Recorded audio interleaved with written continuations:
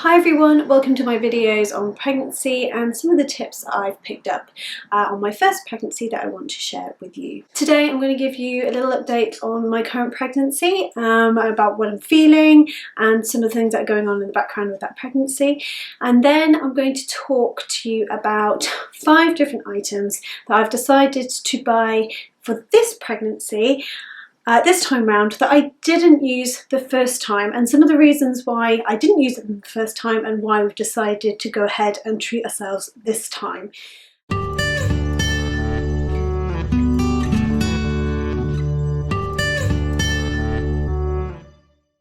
So I am currently 39 weeks and 4 days pregnant. So we're almost there, but I'm getting a little bit fed up and frustrated now. I just want this baby to be here. It's not been a comfortable time, I have to admit. I have had a lot of pelvic pain, so it's not even really in the hips as you would imagine with baby pushing on nerves and things like that. It's literally where the head is pushing on my cervix, and it's feeling really bruised and sore. When I go for a wee, it gets worse because my bladder empties and suddenly the head is able to just go pew. So I'm getting all this sort of really nasty pain around that area, especially when I walk, which you can imagine when you're trying to deal with a toddler at the same time, it's not pleasant. Unfortunately, there's nothing I can do for it. Apparently it's just one of those things, and until baby comes out I'm just going to have to cope with it. This is baby bump at this stage, which is massive, as you can imagine. I just want this baby out. I'm just excited about meeting him or her, and I'm just sick of being pregnant, really. I know I shouldn't complain because I know that when baby does arrive it's going to be a whole new world of chaos, but I think I'm just ready for the next stage now. I'm sick of waiting, and this waiting scenario is something I'm not used to because we had a planned C-section with my daughter. So because I had a C-section the first time round, I am going to have something what's called a VBAC, which is a vaginal birth after C-section. Because of this, they don't particularly want to induce me, so some of the induction chemicals or hormones that they use aren't great because they can increase the rupture of my previous scar. Because of this, they've then booked in sweeps for me. So I had my first sweep 3 days ago by the midwife. And for anyone who doesn't understand what a sweep, or it's sometimes called a stretch and sweep, all this means is that the midwife inserts her fingers up in your vagina to reach the head of the cervix, and they basically run their fingers around the head of the cervix. And what this is supposed to do is help release a chemical called, or chemicals called prostaglandins, and these prostaglandins are what helps the cervix soften. It was quite uncomfortable. I wouldn't say it was pleasant in any way, shape or form, but what I did notice is that I had a bit of spotting, or a little bit of sort of bloody discharge after. I also had cramps, quite severe cramps for the rest of the day, almost like period pain style cramps. Not dissimilar to the ones I had a couple of weeks ago that just disappeared. So these cramps started, and I thought for a minute that this might be it, that the sweep might have worked and I might have been going into labour. But no, ever since there's been squat. So no pain, no movement, no discharge to suggest that baby's on its way. So I think this baby is going to be as stubborn coming out as my daughter was in turning out of the breech position. So basically I'm a baby breeder of stubborn children. I'm feeling a little bit low today. I've had a really bad day. Not because anything particularly bad has happened, I've just got up on the wrong side of the bed. I think again it's all the unknown of not knowing when baby's going to come, or the planning.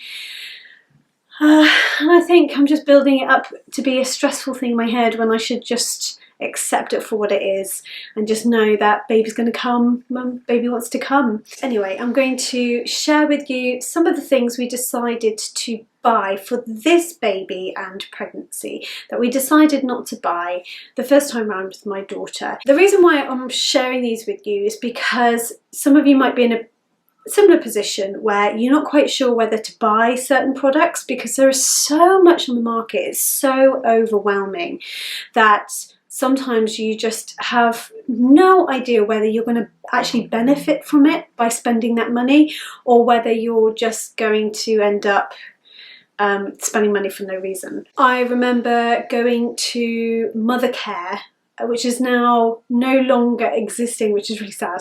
But I remember going to Mothercare with my mum and my auntie and my husband when I was pregnant with my daughter.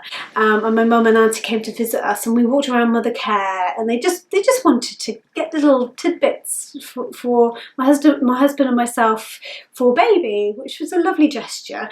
And we were walking around looking at prams, cots, car seats, and all the tiny little things in between. And I remember feeling so overwhelmed at the time by how much stuff a baby needs, and just feeling like the walls were closing in on me because there was just so much, and I didn't understand any of it. I didn't know what one product meant over another product, or why you would need such a thing for this tiny little baby. And I realised I had such little knowledge of these things that I just felt totally overwhelmed. And I remember running into the toilets in Mothercare at the time and just bursting into tears for no reason really. So hopefully these things I'm going to discuss with you today will give you hopefully a little bit more information. As I said, I can't review them yet because we've bought these things new for this time round. We haven't used them yet because baby isn't here. I'm just giving you an insight on what we decided to buy that's going to be different from last time and the reasons why. So the first one we decided to buy was a Next2Me bed by Chicco. It's a little cot that you can adjust the height of to match your own bed, and one of the sides comes down and it slips next to your bed, so you can seamlessly shift baby into the cot and then shift baby out again. We didn't have one of these the first time round. We only had a Moses basket on a stand which rocked, and we had that next to us on the side of the bed. The reason why we didn't purchase one of these is firstly because of space. So they are quite chunky size cots. So for me, a Moses basket was a perfectly good little bed for a baby to sleep in when they were that size. The only thing I didn't consider was breastfeeding. So I was lucky enough to be able to breastfeed my daughter, and or being able to seamlessly move my daughter from feeding back into her own space would have been a really lovely thing to do. Instead, because we had the Moses basket on the stand that was separate from the bed, I had to constantly get out of bed, pick her up, breastfeed her, and then get out of bed to put her back down to get back into bed again. The other thing is that I had a C-section, which again, when it comes to feeding and moving your baby to and from, when you've got a C-section scar which is new and still healing, this motion of getting up all the time to put the baby back into the Moses basket was really trying and really painful, and it put a lot of stress on my body, I felt. I feel like I needed to buy something that made life a little bit easier, especially if I have another C-section this time. To buy them new, they range from around £150 to £200, depending on which model that you decide to buy. But yeah, shop around. There's so many on things like eBay and Facebook Market and Gumtree and all these other sort of pre-loved or secondhand sites. The second thing we decided to purchase was something called a Sleephead Deluxe. So for those of you who don't know what a Sleephead is, it's basically a baby, what they call a baby pod, which is cute. really, a little pod for baby. Basically all this is a giant U-shaped cushion which is meant to go over baby all the way down and keep baby nice and snug. And I think the idea is that it's meant to feel a little bit snug for baby and make baby feel nice and snuggled up and close, because going from an environment where you're in a tummy all the time to out in the big wide world is a bit of a shock. So these pods are meant to represent a little bit of a tighter environment, a little snug cushioned environment for baby to feel nice and secure. According to Sleephead's own instructions, you're not supposed to leave baby in there to sleep, despite what the name suggests. The Sleephead Deluxe, which we bought, is ranging from 0 to 8 months. Although I've been told that some babies grow out of them really quickly, and then you get the next side up, which is Sleephead Grand, I think. So you can get different sizes, you can get different covers. Ours has like a stripy cover on, which I really like. It's really quite trendy and nice.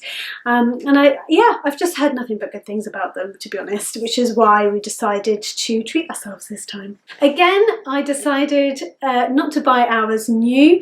I managed to get ours second hand again for £30, but if you were to buy them new, they range from around £100 to £150 if you were to buy them in the shops. The next two items I'm going to talk to you about that we decided to buy this time that we didn't with my daughter are because this time we have been a bit more eco-friendly. And we are very aware of the fact that things like nappies and baby wipes, they aren't very environmental friendly. I've taken this sort of decision a little bit. My husband just rolls with it, to be honest, bless him. So it was sort of my idea to do this. So the first thing is reusable nappies. I've not really had much experience with them. I didn't have any friends that had any.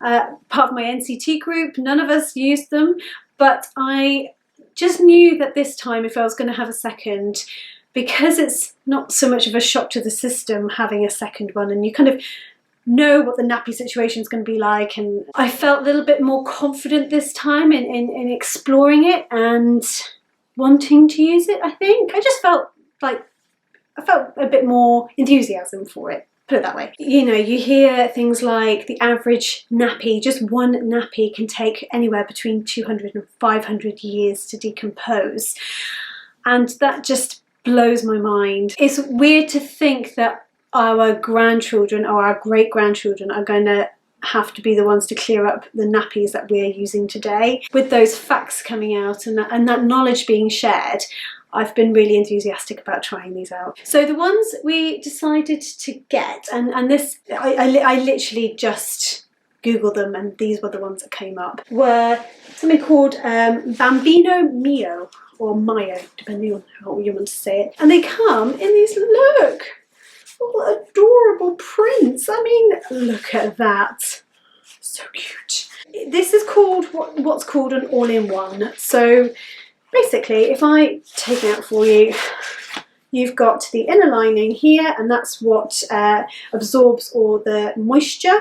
And then you shove the whole thing into the washing machine, and then you tuck it back in, and then you've got yourself an all-in-one nappy. Eventually, when I did a bit more research, I found a friend who was using these, and she recommended them just because they seem to grow better with the baby, and because they're all in one, they're quite easy to use. There's a little bit less faff.